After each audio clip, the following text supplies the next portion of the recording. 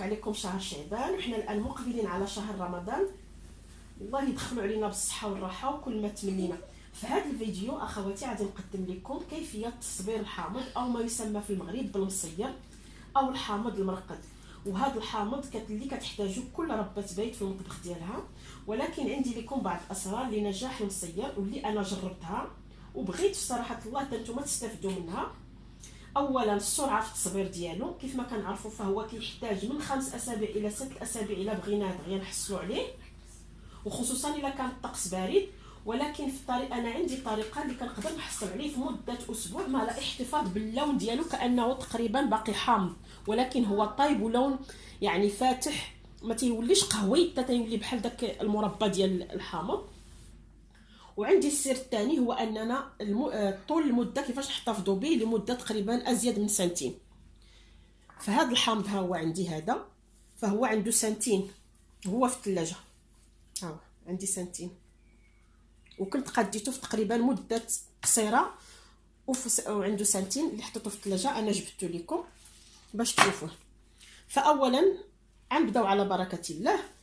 كيفاش غادي اول خطوه اللي غادي نديرو هو ان هذا الحامض اول شيء خصنا نغسلوه. فيا اما كناخذوا واحد البانيو اللي عامر بالماء او لا اناء سواء اللي عندنا ماشي مشكله، بحال هكا الماء يكون نظيف، وكناخذوا كنحطوا فيه داك الحامض ديالنا. اولا الحامض كنغسلوه بعدا اول شيء كنغسلوه في الروبيني اللي كيقولوا في الحنفيه مزيان، يا اما كنخوي عليه الميه الحاره الماء طايب، يا اما والميه الحاره في الصراحه واخا كنخويوها عليه فتيبقاو بعض البكتيريا اللي حنا ما كنشوفوهمش، او لا الناترون او الناترون الكربونات او اللي تسمى كربونات دو صوديوم. فهذا كناخذوا منه 25 غرام تقريبا، واحد الملعقه هكا، وكنحطوا فيه الحامض ديالنا لمده نصف ساعه.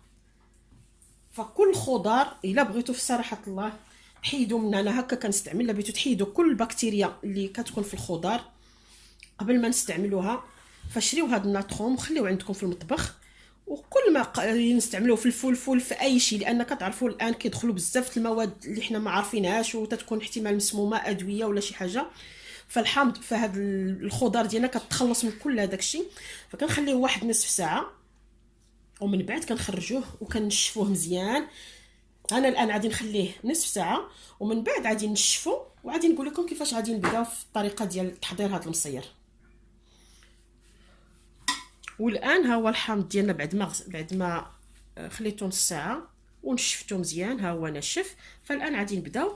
فغادي ناخذوا القنينه ديالنا هكا، ناخذوا الحامض غادي نحيدوا له بحال هكا، الا كانت شي حاجه نحطوه هنا، نشدوا الحامض. فالحامض حنا في مراكش كنضربوها من الفوق من هاد البلاصه هنا من هذا الراس. فغادي نديروا الحامضه نضربوها على 4 بهذا الشكل. كناخذوا الملح ديالنا بهذا الشكل، كنخشيو هكا الملحه بهذا الشكل، وكنعاودوا نخشيو عاوتاني الملحه كنحطوا عاوتاني هنايا هكا. هي كل عامره كنعمروها بالملح هكا وكنحطوا في القنينه ديالنا. وحنا كنحطوا وحده على وحده. فعاوتاني ناخذوا وحده اخرى الا كنحيدوا لها هذا. فعلى فكره اللي كنشريو من حنا في الصراحه انا ما عمرني ما شريته في صراحه الله، الوالده كتقادو في الدار من عقلنا حنا صغار. ولا في الصراحه شي خطره الانسان ملي كنشوفو في الزنقه كتشوف تلقى عنده هذوك كاع دايرينو زعما ما منظفينوش مزيان ما والو. فحسن الانسان يقاد شي حاجه اللي يعرف يقاد على ايدو ويعرف اشنو مصاوب. فكنديرو هكا هانتوما كيما كتشوفوا، وكنحط في القرعه وكنحاول نحط وحده تتزكي الاخرى. فعاوتاني هادي نضرب لها هكا وغادي نضرب من هنا. وكاين اللي كيشدوه غير كيتقبو كيديروا في الماء، ولكن هذاك ديال الماء ما كتقدرش تحتفظ فيه واحد المده كثيره. وحنا هكا غاديين حتى غادي نعمر القرعه وكندك. غادي نحط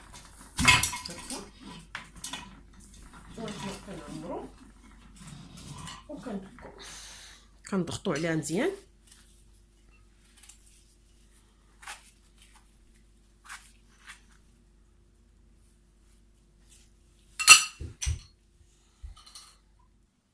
فحنا كنخدموا فيه ونقدروا نديروا يا اما نرميو هكا ثوم معاه ورق غار للتنكيه، فلفل اسود، عيدان، قرنفل للمنظر، وفي نفس الوقت كيعطيوه واحد المذاق منين كيطيب فهكذا وتيبقى يطيب سميتو.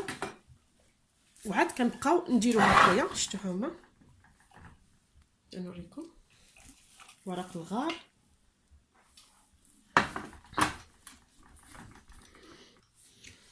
والان ها هو بعد ما ساليتو ها هو غادي نسدو عليه كله الحامض درتو، يعني حساب ديك العلبه ولا ديك القنينه نتوما فاش بيديروه، فعادي تبقاو تضغطوا هكا وتضغطوا. وهذا الماء اللي كيطلق هو كيطلقوا الحامض، يعني ماشي الماء اللي كنزيدو حنا ولا شي حاجه. فعادي نخليوها يومين ومن بعد نعاودو نزيدو عليها تقريبا 2 حامض او حساب، حتى الماء خصو يطلع فوق الحامض. الماء خصو يجي هكا طالع فوق الحامض ديال القنينه. هاني غادي نوريكم عندي وحده هي قديتها يومين هذه وزدت فيها الحامض. فهذا غادي نخليوه هكا مده يومين، نزيدو عليه 2 حامضات او حامضه حساب حتى يطلع الماء الفوق ونسدو عليه مزيان. هذا غادي نوري لكم هذا قديته بهذه الطريقه. منين نضغطوا الماء يطلع هكا. هذا في الاول درت فيه تقريبا غير 6 ديال الحامضات هاد القنينه، من بعد عاود زدت 2 يعني 2. فالماء خصو يطلع، وهذا الماء ماشي الماء ماشي الماء ديال يعني حنا اللي دايروا الماء اللي طلق الحامض والملح صافي وكنسدوا عليه وكنسدوا عليه يلا. فمنين عاد يطيب خصنا نحصلوا عليه بهذا اللون اللي هو بحال هكا بني. فهذا طيبته في مده 5 ايام، يعني 5 ايام. هانتوما شوفوا يعني ها هو ملي كنديروا ليها فخصو هذا اللب بسرعه يتعزل على هذا، لان كاينين بعض الاكلات اللي كنستعملوا اللب وهذا كنخليوه حتى الاخير. وها هي هذه القنينه هذه كيف ما قلت لكم ها هي حتى هي. ها هو الحامض ديالها، شوف اللون ديالو، ما كندير لا زيت زيتون ولا اي شيء. ها هو فمني كندير له هكا فها هو كينحصل عليه. طيب فالسر اللي غادي نقول لكم هو ان ملي كنساليو منين كتعمر القنينه وصافي كنزيدوا على الحامض والماء كيطلع الفوق، فكنجيبوا واحد الطبسيلي بحال هكا وكنحطوا واحد المنديل ديال المطبخ كنحطوه هكا. فكل ما الفران خدمناه مثلا طيبنا الخبز فكنشدوا هاد القنينه هكا وكنعاودوا نحطوا عليها واحد المنديل لتحت، حيت غادي ندخلوها الفران ونحطوا منديل اخر اللي بحال هكذا. نجيبوا منديل اخر ونلويو على ديك القنينه بهذه الطريقه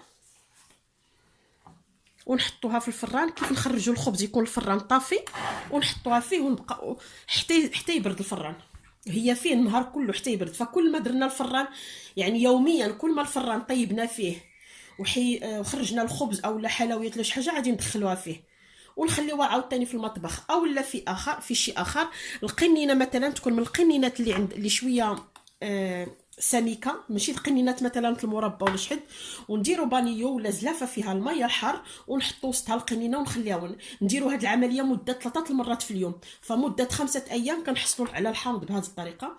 ومن بعد باش نحتفظوا به لمده سنه او سنتين او 3 سنوات، فبمجرد ما كيصير مثل المربى معسل بهذه الطريقه هكا، ماشي مربى يعني تيصير جاهز، يعني اللب كيتعزل على الجلده، فكنحتفظوا فيه بالثلاجه. وملي كنبغيو نجبدو كناخذوا الكميه اللي بغينا نجبدو وكنجبدو ناخذوه غير بالشوكه ولا بالموس. الا كانوا ايدينا ما عارفينهم ماشي معقمين ولا شي حاجه فما نخشيوش فيه ايدينا، يعني بالملعقه او لا بالفورشيت ولا باي شيء. وها هو الحامض كيف تنحصلوا عليه في الاخر. فمذاقه رائع وممكن نستعملوه مع الزيتون المشرمل، نستعملوه مع لي سلطات. وفي المغرب راه حنا كنستعملوه بزاف في الاكلات ديالنا، خصوصا الطنجيه والطواجين والبسطيلات هذاك، فما كنستغناوش عليه. والدول الاخرين اللي بغاو يستعملوه راه غادي يقدروا يستعملوه في لي سلطات ديالهم.